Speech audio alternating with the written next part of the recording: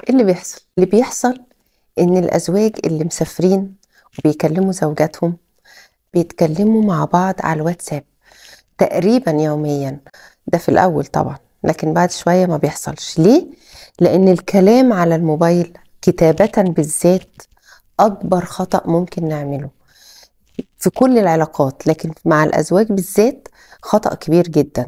لأن الفايب بتاعة الكلام غير الكتابة. أنا ممكن أكون بكتب وأنا بضحك زي ما انتوا شفتوا كده، لكن هو يفكر حاجة تانية، يفهمها بطريقة تانية فتقلب خناقة. وهكذا أنا دايما الكتابة مش بتوصل إحساس الواحد ولا بتوصل رياكشنات. ولو سمحتم بلاش كلام على الواتساب، كلام يبقى فيديو. واظن ده الحمد لله متاح الوقت يعني بشكل كبير. اتكلموا مع بعض وانتوا شايفين بعض. العيون، لغة العيون ولغة الجسد اهم بكتير قوي من اللغة المكتوبة، وبتوصل اكتر. من اهم اسباب الخلافات بين الازواج البعاد عن بعض هي الكتابة.